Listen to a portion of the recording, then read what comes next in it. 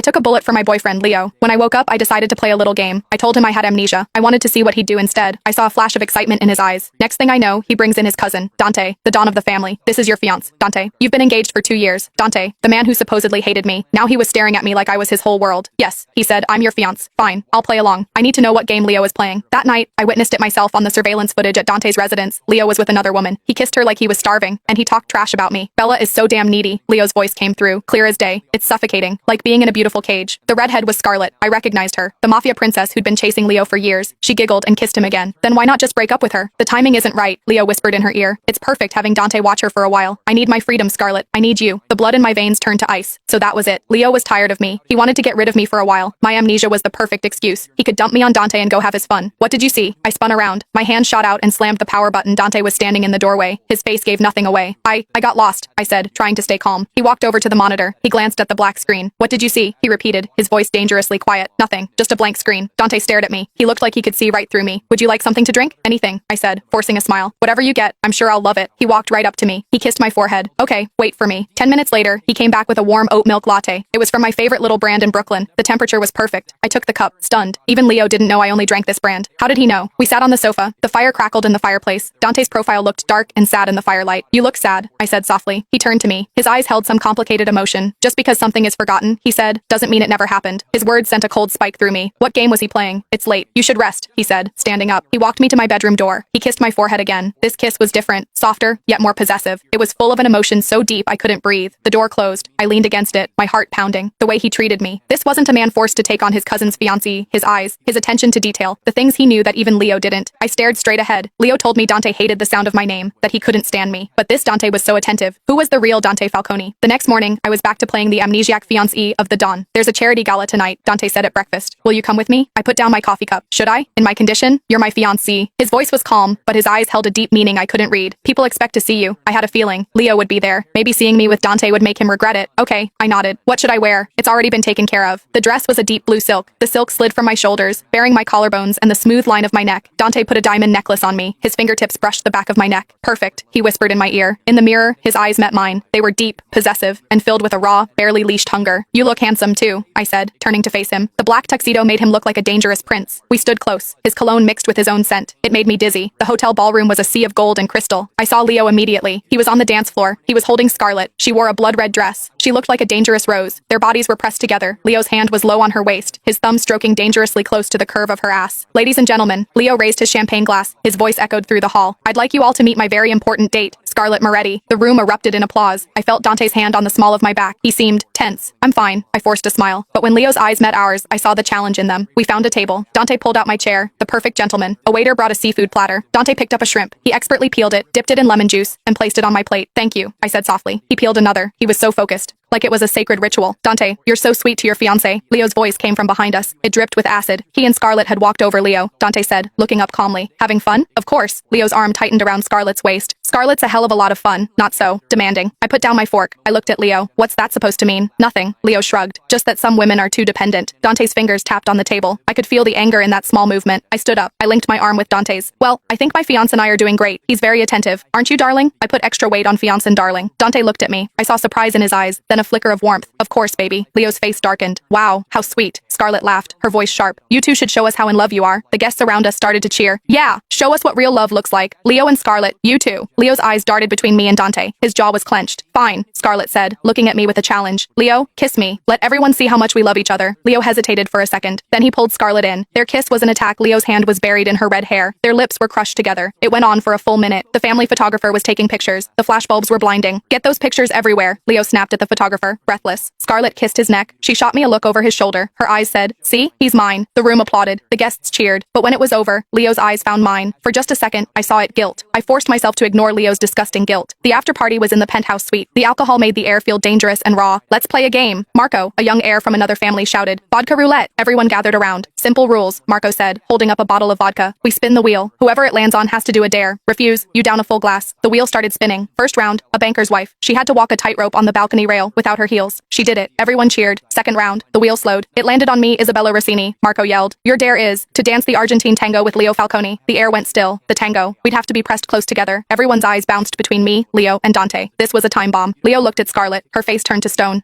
Leo hesitated. That's not a good idea. He was worried about Scarlett's feelings. Perfect. His betrayal was clean, complete. I stood, placing my glass down with a soft click. You're right, I said, my voice smooth as silk. I wouldn't want to upset anyone. I forfeit. I picked up the bottle of vodka. I poured a large glass without hesitating. Isabella. Wait, Dante reached out to stop me. It's okay, darling. I gave him a sweet smile. Then I downed the liquor in one go. It burned my throat, but I didn't cough. There was applause, but Leo's face grew darker. You didn't have to do that, he said through his teeth. I would have done it. Done what? I blinked, feigning confusion, but that would make Dante upset. I turned to Dante, my voice dripping honey. Right, darling? You hate it when I dance with other men. Dante's eyes grew intense. If you don't want to, you don't have to. See? I turned back to Leo. My fiancé doesn't want me to. Sorry, Leo. I purred the word fiancé and gave Dante's chest a possessive little pat. Fire lit up in Leo's eyes. Dante. His voice was low and dangerous. A word on the terrace? The two men walked out onto the terrace. I pretended to chat with other guests. I was really listening to them. What are you doing? Leo's voice was full of anger. I'm taking care of my fiancé, Dante answered calmly. Fiancé? Leo sneered. Don't forget this is just a game, Dante. She's a blank slate. She remembers nothing. Maybe that's for the best. What's that supposed to mean? It means maybe she doesn't need to remember the things that hurt her, Dante. I'm warning you, Leo threatened. Stay away from her. You're my cousin. Don't take this game too seriously. And you? Dante shot back. What are you doing? Silence stretched between them. I looked away. They came back a few minutes later. Leo's face was a storm cloud. Dante just looked thoughtful. At midnight, we finally went back to Dante's mansion. The alcohol made me a little dizzy, but my mind was sharp. You drank too much, Dante said, helping me up the stairs. I'm fine, I purred. Just a little. Hot. We stopped at my bedroom door. Get some rest, Dante said, turning to leave. But I grabbed his wrist. Don't go, I said, looking into his eyes. I'm a little lonely. He stopped. He turned to face me. Moonlight streamed through the window. It cast shadows on his face. Isabella. His voice was rough. I gave his wrist a sharp tug. Then I let myself sway. A calculated fall straight into his arms. I fell into Dante's chest. His arms wrapped around me instantly. Oops, I said, looking up at him. Our faces were so close I could feel his breath. You're drunk, he said, his voice low and raw. No, I said. My hand went to his chest. I felt his heart hammering. I'm wide awake. In the moonlight, his eyes were as deep as the ocean. I saw the hunger there, and something else. Something he was trying to crush. I stood on my toes, and I kissed him. Dante went rigid for a second. Then he lost all control. His hand tangled in my hair. He pulled me hard against him. The kiss was an invasion. His tongue swept into my mouth, possessive and demanding, devouring what was his Isabella. He gasped against my lips, his voice thick and sexy. My legs went weak. I could barely stand. This kiss. This all-consuming kiss. It proved it. His indifference was all an act. A beautiful, flimsy lie. For the next week, Leo didn't bother us. Dante and I fell into a strange routine. It felt normal. Like this was how it was always supposed to be. Dante, the feared Don of the city, made me breakfast every morning. He remembered everything I liked: eggs over easy, cinnamon in my coffee, toast, just golden enough. At night, we watched movies on the sofa. His arm would rest around me naturally. Sometimes he would kiss my forehead. The touch was so gentle it made my heart race. We didn't kiss on the lips again, but the air between us was electric. Sometimes, I almost forgot this was all a damn game. A trap set by the man I'd stupidly called my boyfriend. Until Friday night. The phone rang. Leo, Dante said, glancing at me before answering. Private yacht party tomorrow. For Scarlett, Leo's voice came through the speaker. You coming? We'll be there. Dante answered instantly. He hung up. I looked at him. Why did you say yes? You're my fiancé, darling, he said, taking my hand. I want everyone to know it. What about Leo? Did he want to see me and Dante together again? I nodded. Yes. A part of me was excited. I wanted to see Leo squirm. The next day, the yacht sailed slowly across the Long Island Sound. The deck was a fairy tale. Pink and white flowers everywhere. Scarlett wore a white dress. She looked like a bride-to-be. Isabella, she called out, her voice sickly sweet. You look great. Life with amnesia must be easy, huh? It is. I smiled faintly. It's nice to forget your troubles. Leo walked over. He looked free. His hair was longer. He hadn't shaved. His eyes had a wildness I'd never seen before. Bella, hi, he said, practically preening. I've been great. No one breathing down my neck. I can finally do what I want. That's wonderful for you, I said, my voice dangerously even. Each word was a tiny shard of glass in my throat. He thought I was holding him back. Yeah, he went on. Freedom is an amazing thing. Not having to think about anyone else's feelings. Not being tied down. Every word was a shot at me. I fought to keep my composure, to keep my eyes from turning red. Everyone should live the life they want. Leo clearly didn't expect me to be so calm. He frowned. You're not angry? Why would I be? I asked him. I have my life. You have yours. We both got what we wanted. That's right, Scarlett said, linking her arm with Leo's. Leo's happy now. Happier than before. I can tell, I said, smiling at Dante. We're happy too, aren't we, darling? Dante nodded. His hand rested on my waist. The gesture was natural, intimate. Leo's face got uglier and uglier. A champagne cork popped. Leo grabbed a microphone and stood in the center of the deck. My friends, he announced. Today is a special day. Everyone went quiet. I have something important to announce. Leo looked at Scarlett, then his eyes shot straight to me. I'm getting engaged to Scarlett. The applause was thunderous, but a weird, awkward feeling hung in the air. I could feel everyone's eyes on me waiting for my reaction.